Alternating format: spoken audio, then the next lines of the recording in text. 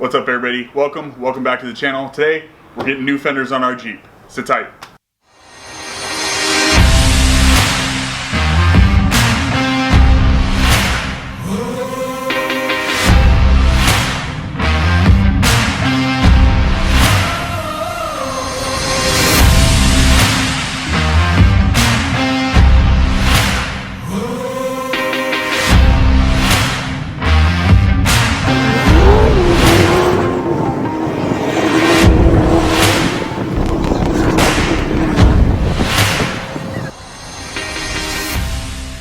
So we've been looking to upgrade the fenders on Whiplash for a while now.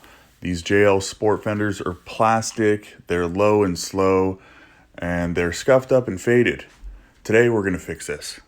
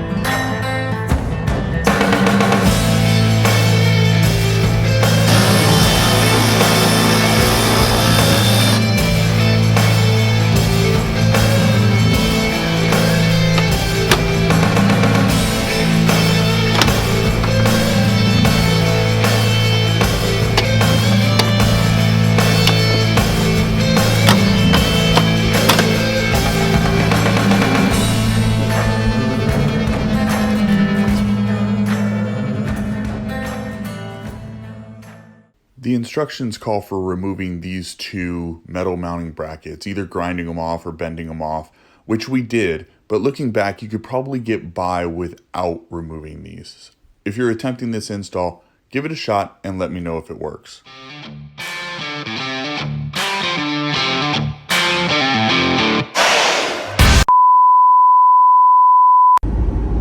Hey guys, real quick. I'm in the middle of editing this. We're in the car, that's why Megan's driving. I'm actually trying to edit this video. We're on our way to Moab, and I'm trying to finish this up so I can put it out on YouTube.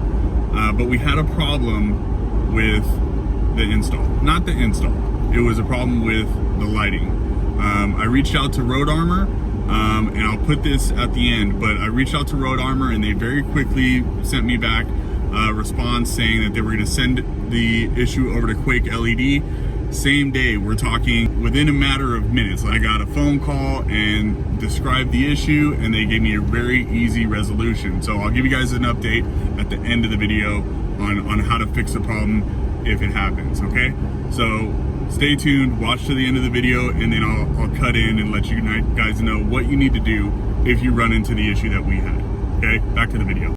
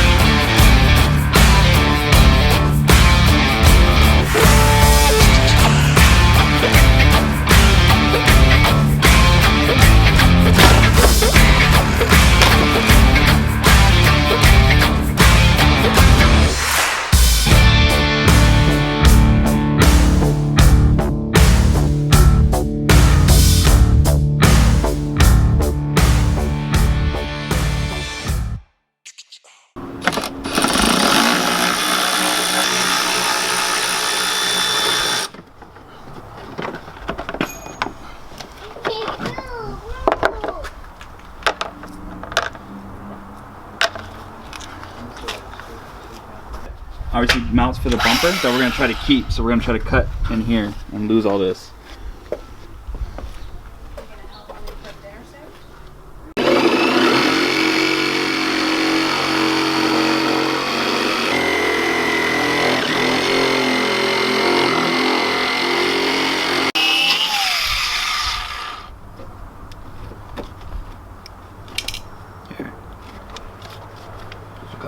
Don't cut me, Mick. Don't cut me, Mick.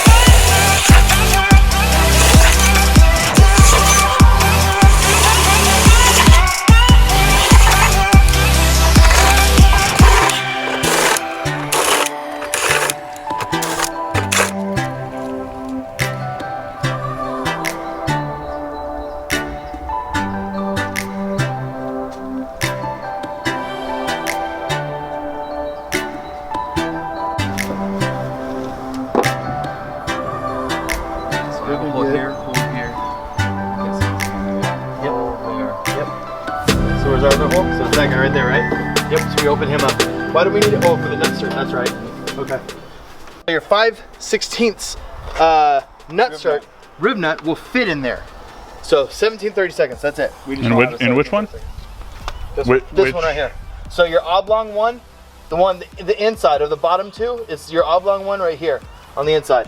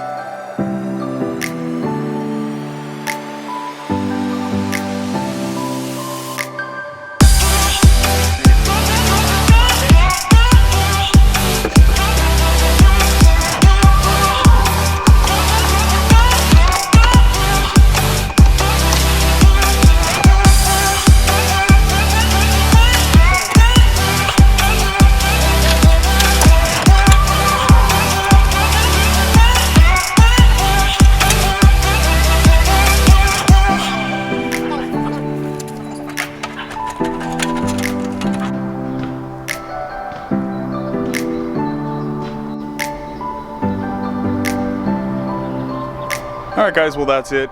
Just finished up. I just wanted to thank my brother and my cousin for coming over and spending some time and helping me out with the install. If you got a full width bumper, you're gonna need to either cut, modify, or you're gonna need to swap that out as well. The fenders are great. They're stout, they're sturdy, they're just rock solid. We need to fix this so the headlights and our running lights actually match, because that's kind of just funny. And also we thought that we were going to be able to retain our factory splash guards. That's not the case. So up next is going to be probably lights and inner fender liners. Also, if you have a full width bumper, your rear is not going to be compatible. We had to cut our factory bumper. It's just plastic, we don't have a steel bumper, so we had to cut it down, and that also means that coming up will be a rear bumper. Stick around for that. Like, subscribe. Hope you guys enjoyed the video, and we'll see you in the next one. Peace.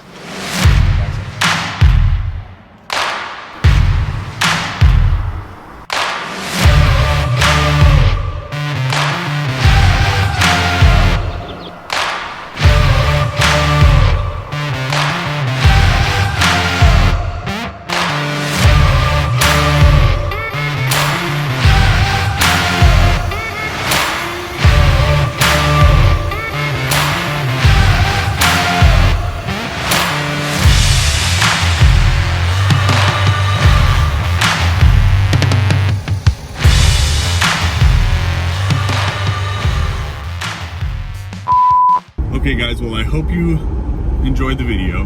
Here's the issue that we found. A day or two after we completed the install, finished recording and everything else, I noticed that our corner lights that are attached to the fenders, they're Quake LED lights, they were no longer running white as far as the running light goes. So instead of running white, they were this dim kind of amber. Not even the full like turn signal amber was on. It was just, they were an amber color. So I pointed out to Megan, she's like, no, yeah, I didn't notice that. That's so weird. So I sent an email to Road Armor, said, hey, we're having this issue. Can somebody help me out? And very quickly, I'd say probably around 10 minutes, I got an email response, said, hey, I'm sending this off to Quake LED. They handle all of our lighting problems. I said, great. Probably 10-15 minutes after that, I got a phone call because I gave them my cell phone number, said, hey, call me. I just did a video install of this, so I'd love to be able to give the information to everybody else, anybody that's watching that might run into the same problem. And I spoke to a guy named Bryce, I believe it was, from Quake LED on the phone. He was with their customer support. And I described my issue to him, and he said it seems to them so far that they get a lot of issues with this. And when I was talking to him, it sounds like if you don't have the LED package for your Jeep, which we don't, if you have just a regular incandescent, you know, barely a candle in the wind headlights and the amber corner lights and stuff like that, but you didn't upgrade to the LED package or the DRLs, if you didn't get that upgrade, you're probably gonna have this problem. And the problem is the green wire, and I'll add a screenshot because they sent me a text message with a screenshot of the issue. So there's a green wire, and in the harness that you get from Quake LED, the green wire is, from what they said, was a communication wire, and in the non-LED upgraded Jeeps, it's actually a hot wire. I'm not an electrician, I'm not great at that. Maybe I can get my brother to give me some more information, maybe we can test it and figure that out. If so, I'll update you guys, or I'll leave a comment, or in the description I'll put some more details. So check down there, and I'll see if I can get some more info for you on it. But it sounds like the lighting for specifically the green wire isn't compatible, so it's messing up the way that everything's communicating and how everything's running. So the resolution, they said it was very simple, is all you have to do is cut the green wire. Sounds like I'm telling you how to disarm a bomb, but that's not it. So just cut the green wire, and after that it runs fine. So I'll give you before and afters, and I want to show you guys what I was seeing, and then I'll show you what you're supposed to see. That way you guys know exactly what I'm talking about. So hopefully this helps. Hopefully somebody gets a little bit of information, and you don't have to worry about contacting Road Armor or Quake LED, and it's simple enough that you can resolve it just with this information. If you have any other questions, hit me up in the comment section. I try to answer back as much as I can to answer questions, and give me some feedback, and I can see what I can do to help you guys out. Hope you guys enjoyed it. We're off to Moab, and you'll get more information on that in the next video. Please like, subscribe, share with your friends, follow us on all our social media. Peace out.